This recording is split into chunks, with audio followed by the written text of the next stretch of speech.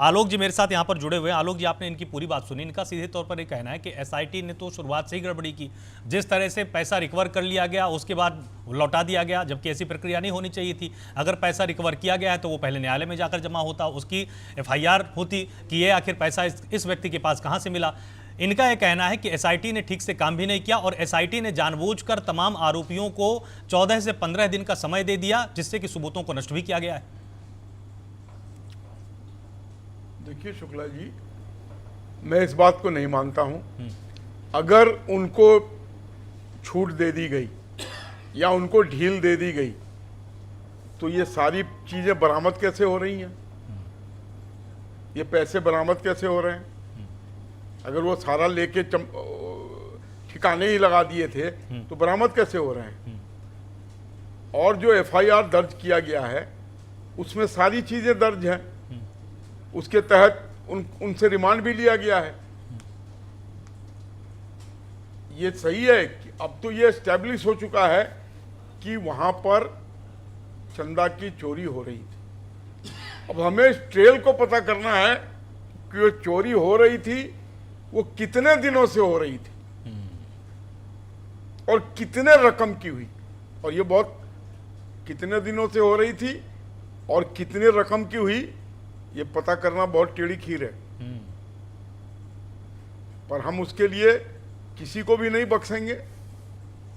जो भी लोग इसमें इन्वॉल्व होंगे, चाहे वो चंपत राय हों या ट्रस्ट के और लोग हों या उसके अलावा भी कहीं कोई बाहर के लोग हों, बट प्रक्रिया में को पता करने में, बड़ी मछलियों तक हाथ डालने में थोड़ा तो वक्त लगता है। उस सब पे हम पुरजोर ढंग से काम कर रहे हैं और हम छोड़ेंगे किसी को नहीं। जो हुआ शर्मनाक है, हमारे लिए भी शर्मनाक है, देश के लिए भी शर्मनाक है, सनातन के लिए भी शर्मनाक है। लेकिन मैं एक चीज आपको बता देता हूं, ये मंदिरों में चोरी का सिलसिला ये पूरे इंडिया में हो रहा है। शायद मेरी बात से आप हैरत होंगे कि आप कैसा ब्लेम कर रहे हैं। जितने भी मठ मंदिर हैं, यहाँ तो खैर एक ट्रस्ट है, एक बैंक अकाउंट है, बहुत सी चीजें हैं जो एक नॉर्मल प्रोसेस की हैं, फिर भी यहाँ उसमें गमन हो रहा था। और सब जगहों में, गाँव में जो मंदिर है उसका ना तो कोई बैंक अकाउंट है ना कुछ। दान पात्र है, पुजारी के पास उसका चाबी है, जो खोला उसमें से जो अपने मर्जी हुआ मंदिर में बता दिया, नहीं तो और अपने जेब में रख लिया। कोई पूछने वाला नहीं, कोई पूछने वाला नहीं है। इस मामले में अगर आपको फॉलो करना है तो फॉलो कीजिए गुरुद्वारे के रूल को, जहां पर बहुत ही मेथोडिकल ढंग से उन लोगों के यहां सारी सिस्टम लागू रहती है।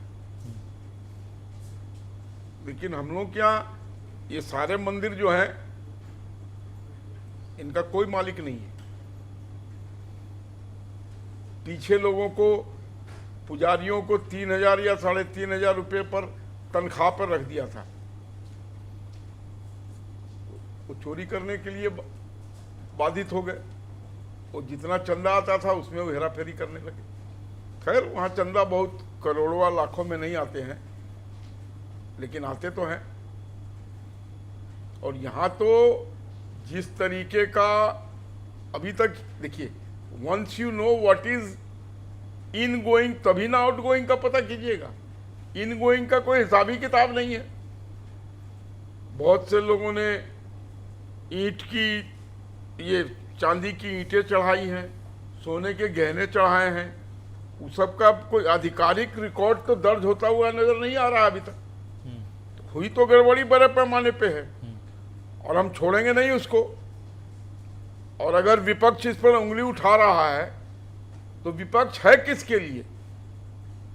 कुछ भी अगर गलत हो समाज में तो उसको इंगित करना तो उसका धर्म बनता है।